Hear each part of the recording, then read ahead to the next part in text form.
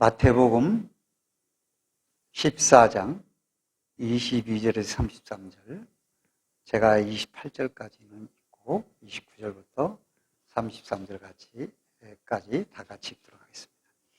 예수께서 즉시 제자들을 재촉하사 자기가 무리를 보내는 동안에 배를 타고 앞서 건너편으로 가게 하시고 무리를 보내신 후에 기도하러 따로 산에 올라가시니라. 저물매 거기 혼자 계시더니 배가 이미 육지에 술이나 떠나서 바람이 거스림으로 물결로 인하여 고난을 당하더라. 밤 사경에 예수께서 바다 위로 걸어서 제자들에게 오시니 제자들이 그가 바다 위로 걸어오심을 보고 놀라 유령이라 하여 무서워하여 소리 지르거늘 예수께서 즉시 이르시되 안심하라 나니 두려워하지 말라. 베드로가 대답하여 이르되 주여 만일 주님이시거든 나를 명하여 물 위로 오라 하소서 하니 오라 하시니 베드로가 배에서 내려 물 위로 걸어서 예수께로 가되 바람을 보고 무서워 빠져가는지라 소리질러 이르되 주여 나를 구원하소서 하니 예수께서 즉시 손을 내밀어 그를 붙잡으시며 이르시되 믿음이 작은 자여 왜 의심하였느냐 하시고 배에 함께 오름에 바람이 그치는지라. 배에 있는 사람들이 예수께 절하며 이르되 진실로 하나님의 아들이소이다 하더라. 아멘. 우리가 2022년도 신정을 보내고 음력 새해를 우리가 맞으면서 제목이 단선입니다. 선이 하나라 그런 말이죠. 이 예수님께서 새벽경에 여기 물 위로 물 위를 건너오시는 과정 중에 일어난 일입니다. 여기 바다라고 언급된 곳은 우리가 잘 알듯이 겟네사렛 호수, 또 갈릴리 바다, 디베랴 바다 이렇게 일컫는 곳이죠. 호수임에도 그 호수가 폭은 11km, 짧은 그 호수는 아니에요. 그리고 길이가 21km. 20km는 상당히 먼 거리죠. 그러니까 이렇게 커서 바다라고 하는지, 또 해발이 수면보다 더 낮아요. 200m나 낮아요. 엄청 낮은 거죠. 깊은 계곡, 헬몬산이 그 위에 있고 계곡이 깊어 이렇게 이 겟네사렛 디베랴 바다가 형성이 되어 있어요. 그래서 그런지 고대 히브리어에는 호수라는 단어가 없어요. 호수도 바다고 바다도 바다예요. 지중해는 큰 바다. 그리고 이 갈릴리 바다는 작은 바다. 얌이라는 단어 바다로만 쓰였어요. 그래서 갈릴리 바다, 사해 바다 이렇게 또 그 사해도 호수라고 할 수 있는데 좀 바닷물보다 더 짜니 그래서 바다라고 또 야 우리는 다 바다라고 하자 그랬는지도 모르겠습니다만 단어가 호수라는 단어가 없이 다 모든 걸 바다로 그렇게 불렀습니다. 아무튼 주님이 오병이어의 표적을 행하시고 제자들을 즉시 재촉해서 떠나가게 하시고 무리를 보내시고 그 다음에 주님은 기도하러 혼자 기도하였다라고 하는 말씀이 기록되어 있어요. 중요한 이유는 이 마태 마가는 그걸 정확하게 기록하지는 않았어요. 근데 왜 즉시 무리를 흩으시고 즉시 또 제자들을 바다로 배를 태워서 보내시고 주님은 혼자 남으셨을까? 혼자 기도하셨을까? 이 생각을 해보는데 요한은 그걸 기록을 했습니다. 이 오병이어의 표적을 보고 군중들이 눈이 헷가닥 돌아갔습니다. 미쳤어요. 배고픈 시절에 장정만 오병이어로 5,000명을 먹였으니 얼마나 놀라운 일입니까? 그러니까 군중들이 확 돌아가지고 이런 일을 본 적이 없어요. 그래서 요한복음에 요한은 뭐라고 하냐면 오병이어의 기적 후에 사람들이 참으로 오실 그 선지자라 하더라 하고 억지로 붙들고 임금 삼으려는 줄 아시고 다시 혼자 산으로 떠나가시더라 라고 기록을 했어요. 그리고 혼자 산에 올라서 여기 본문에도 혼자 계시니라. 그러니까 무리들, 제자들, 그리고 예수님은 혼자. 요즘 같으면 왕따 같은 느낌이 고독하고 적적하시죠.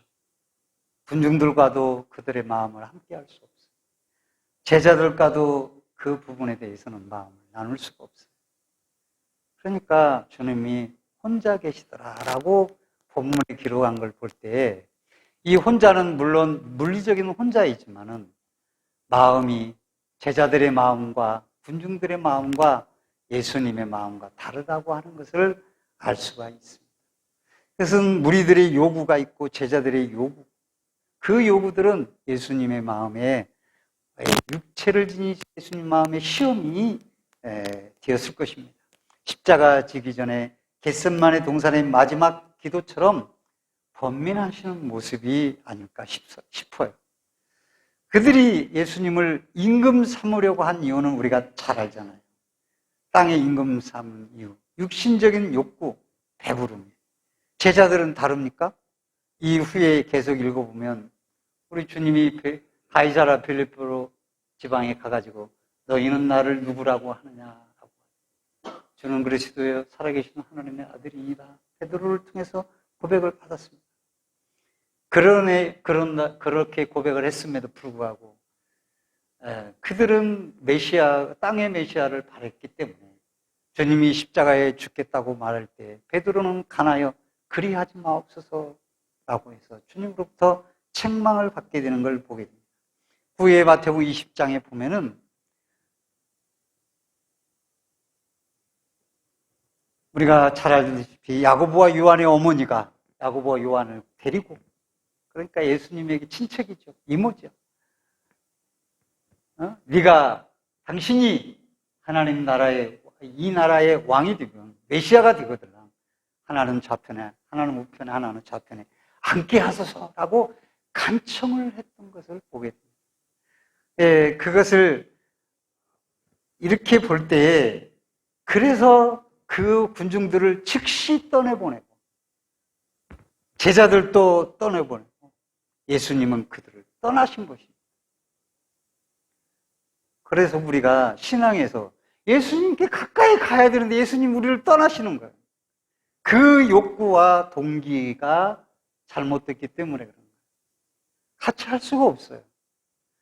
그래서 우리가 신앙생활하는 동기가 무엇인가?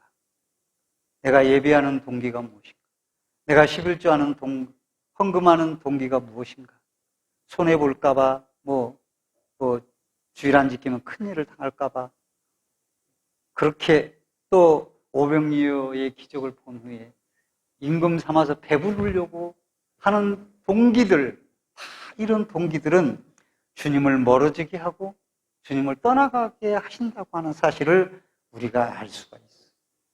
물론 그런 것들이 주님께 가까이 나가는 도구가 된다면 그건 더 바랄 수 없는 것이죠. 그러나 다른 모든 중요한 동기를 제쳐놓고 그것이 그의 목적이 되고 목표가 된다면 주님은 그와 함께 할 수가 없으신 것이죠. 그래서 우리들이 주님을 따를 때 신앙의 바른 동기는 참 중요하다라는 생각을 해보게 되는 것입니다. 그래서 내가 예수 믿는 동기, 그건 무엇인가? 이런 걸 잘 헤아려. 그걸 놓치게 되면 신앙은 단선이 아니라 복선이 되는 것이죠. 그래서 자꾸 신앙생활에 복선을 깔지 말아야 돼요. 그러니까 복선이란 뭡니까? 이것도 취하고 저것도 취하려 하려고 하는 것이죠. 이스라엘 백성들의 실패가 복선입니다. 우상도 섬기고 여호와도 섬기고 누가 복을 주나 이쪽은 이쪽에서 복을 주고 또 이쪽에서도 복을 받고 하려고 하는 복선이 그들로 하여금 실패의 신앙생활을 하게 만들었던 걸 봅니다. 그래서 신앙생활 할 때는 어떻게 하면 내가 단선을 회복하냐, 그 길을 가기 위한 박해와 해방에도 굴하지 않고 단마음, 단선, 오직 믿음, 이것이 필요한 것입니다. 이것을 다시 새롭게 해야 우리가 새해에 주님을 만나고 주님의 축복이 주님께 흡수되고 주님과 함께 거하며 주님의 축복을 우리가 우리 삶 속에 누리게 되는 것이죠. 무거운 짐진 자들은 그 짐을 내려놓을 것이며 또한 지친 자들은 그 안에서 쉼을 얻게 되는 이 만남의 축복이 있게 되는 것입니다. 그래서 새해 여러분들 주님을 따르는 목적과 동기가 바르고 오직 믿음이라는 단선으로 새롭게 되기를 주의 이름으로 축복합니다. 산에서 기도 후에 내려오실 때 배를 타고 먼저 출발한 제자들은 고해의 바다를 만났습니다.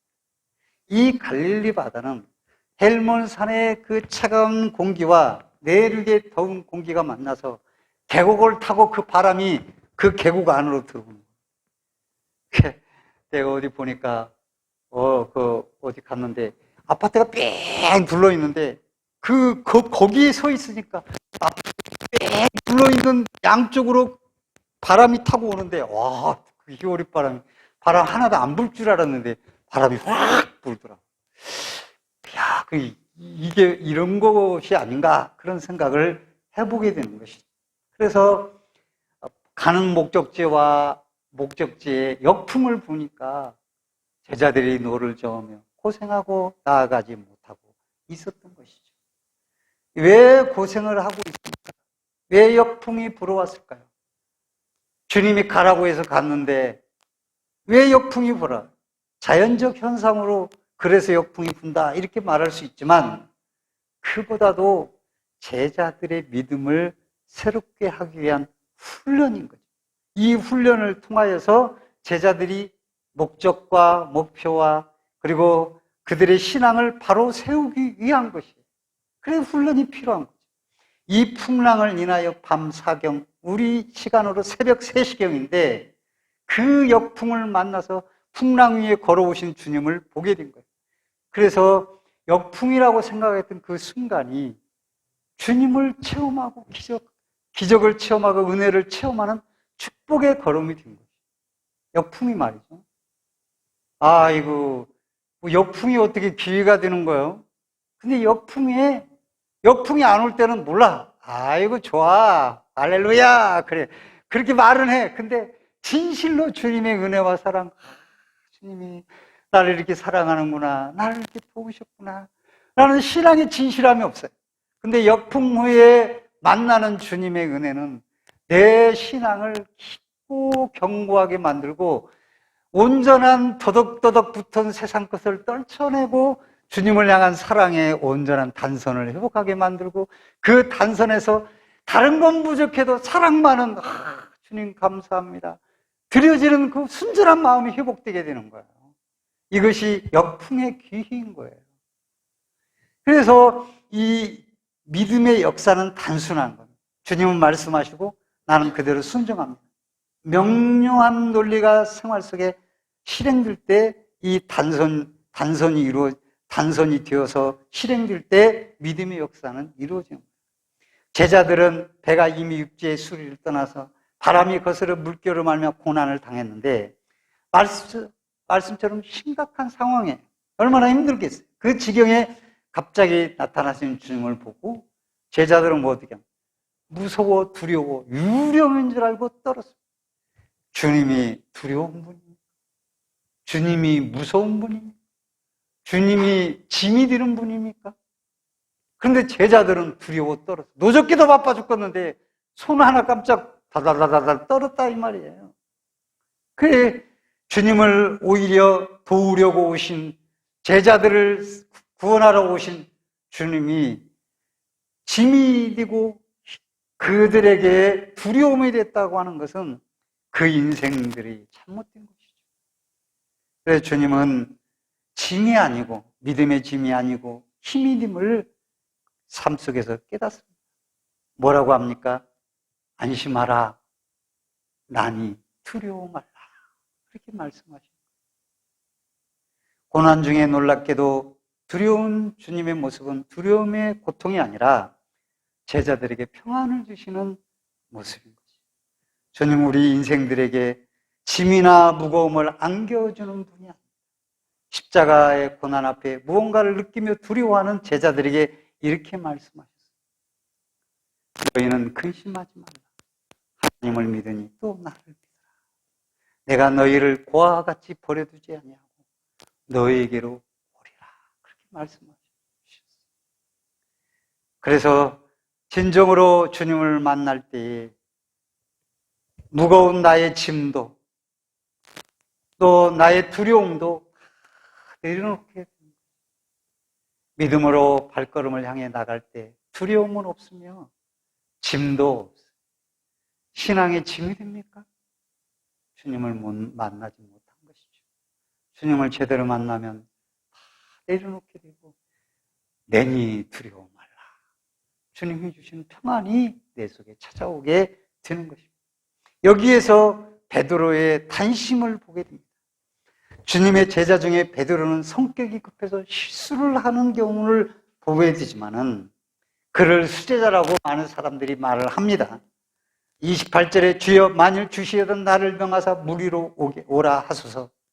그렇게 주님의 권위와 능력에 대한 완전한 신뢰가 회복되어서 그 순간이지만 그것이 회복되어서 우발적으로 말이죠. 그게 갑자기 나온 것은 아니라고. 베드로는 그런 마음들을 늘 가지고 있었을 것입니다. 그러나 그게 확고하지 못했을 따름이죠.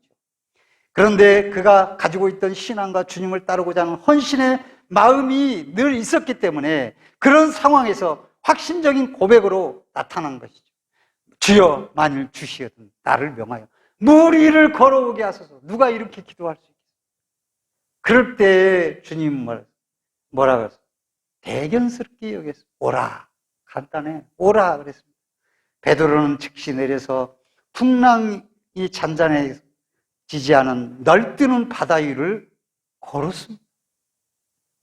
놀라운 일이죠. 이게 단선이 회복될 때 체험하는 능력입니다.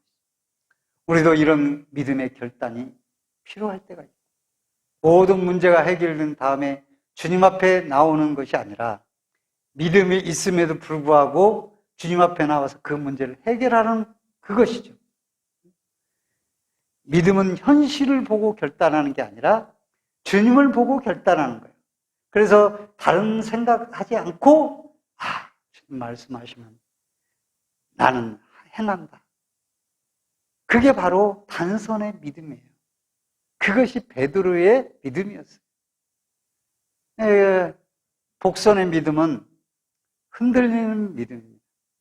야고보서는 이렇게 말합니다. 오직 믿음으로 구하고 조금도 의심하지 말고 의심하는 자는 마치 바람에 요동하는 물결 같아서 이런 사람은 무엇이든지 죽게 얻기를 생각하지 말라. 두 마음을 품어 모든 일에 정함이 없는 자로다. 그랬습니다. 여기 두려워하다 라고 하는 의심하다 라고 하는 이 단어 의심하지 말라라고 하는 이 단어는 에디스타사스라는 말로 두 번이라는 뜻이에요. 생각을 두 번 쏘는 거예요. 두 번이 자꾸 나눠지는 거죠. 두 번 나눠지면 너무 많은 복선 속에서 어디로 갈지 모르는 탈선이죠. 마음이 하나가 아니라 두 개라는 거죠. 우리는 몇 개를 나눠줘야 그게 복선인 줄 생각해요. 그러나 하나만 더 나눠도 그건 복선이 되는 거예요. 바알도 섬기고 여호와도 섬긴다. 마음이 두 개로 나눠.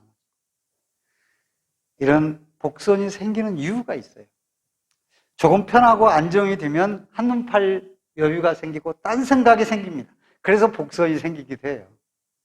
그러나 베드로는 반대로 편안할 때는 믿음으로 사는 것 같은데 어려움이 닥치고 환경만 바라보는 사람이 있어요. 좋을 때는 믿음으로 사는 것 같은데 어려움이 오면 주님이 안 계시고 환경만 보이는 것이죠. 그런 복선이 생기는 어려움 환경에 따라서 환경을 보니까 생기는 복선의 마음이죠. 그때 다시 풍랑에 휩쓸리게 되는 것입니다. 그래서 우리가 신앙생활 하면서 참 마음이 나눠질 때가 많아요. 이미 말씀은 우리에게 말씀하시지만 물론 그것이 온전한 순종을 우리가 육신을 가지고는 할 수 없습니다. 그런데 중요한 때에 단선을 회복해야 되는데 그걸 못하고 그래서 평안을 주시기도 풍랑을 주시기도 합니다. 그렇게 해서 주님 위에 다른 것을 볼 수 없도록 모든 가지를 잘라놓으시는 것을 보게 됩니다. 이 혼미한 마음과 두 마음과 의심은 이것은 복선의 상태고 우리를 빠져가게 만들고 침몰하게 만드는 것이죠. 그래서 우리가 이럴 때 다른 게 없어요. 복선을 지우고 단선을 바꾸는 거예요. 위기 상황 때 우리가 할 수 있는 최선은 단선을 가지고 주님을 바라보는 거예요. 풍랑이 이런 것을 안 보고 주를 바라봤어요. 주님, 내가 빠져갑니다. 나를 구원하소서. 동아줄이 어디 있나? 아이고, 나 죽네. 네, 누가, 노라도 던져줘. 아니면 보트라도 내려줘. 보트가 있었으면 내려주겠지만, 그렇게 할 수가 없었지. 그러니 주님만 볼 수밖에 없어요. 주님, 나에게 빠져갑니다. 내가 죽어갑니다. 나를 구원하소서. 이것이 단선이에요. 수많은 잡음, 또 사람을 향한 외침. 그게 아니라 단순하게 주님께 주님 나를 구원하소서. 이렇게 간구할 때에 단순히 신앙이 내 속에 이루어지고 그럴 때 주님이 나를 붙잡고 나를 구원하시든지 아니면 내게 말씀을 주시든지 나를 풍랑 위에서 다시 회복시켜주는 것을 보게 되는 것이죠. 내가 정말 순수한 신앙으로 하나님 앞에 기도해 보세요. 주님을 찾아보세요. 한 마음이 회복되어 보세요.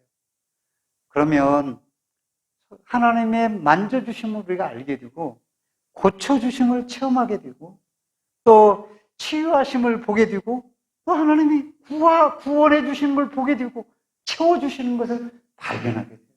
놀라운 일이에요.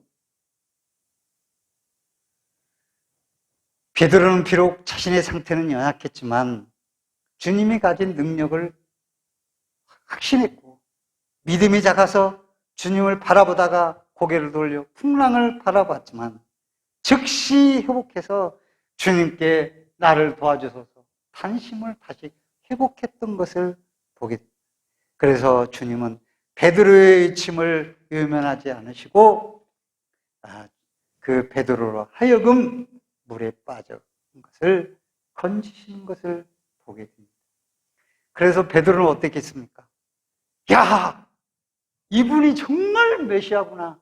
선생님인 줄 알았는데 500년 때 그런가 했는데 정말 하나님의 아들이구나. 물론 이들의 베드로의 믿음이 지식이 부족해서 그들의 죄를 사실 하나님 나라의 왕국을 이루실 메시아인 것보다는 자기 민족의 메시아로만 생각하는 한계가 있었지만은 하나님의 아들이다라는 것을 베드로가 인정을 하고 그리고 그 배에 탔던 모든 제자들이 무릎을 꿇고 엎드려서 당신이 하나님의 아들입니다 하고 제자들이 경배를 했던 것을 이 경배라는 단어는 동방박사들이 아기 예수께 엎드려 경배했다는 단어와 같은 단어를 사용해서 하나님의 아들로 왕으로 예수님을 경배한 것이죠. 제자들이 훈련된 것이죠. 단서는 이렇게 하나님의 능력을 체험하고 또 진정한 경배를 드리게 하는 놀라운 역사를 가져오게 하고 은혜의 체험이 그 속에 있는 것이죠. 누가 이 체험을 할 수 있겠습니까? 체험할 수 없었어요.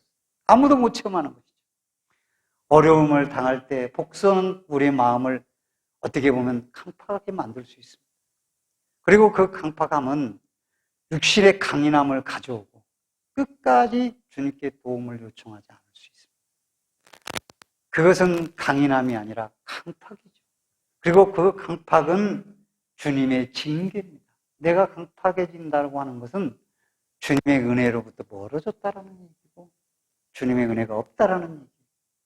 어려울 때 주님께 도움을 요청하는 것은 은혜이죠.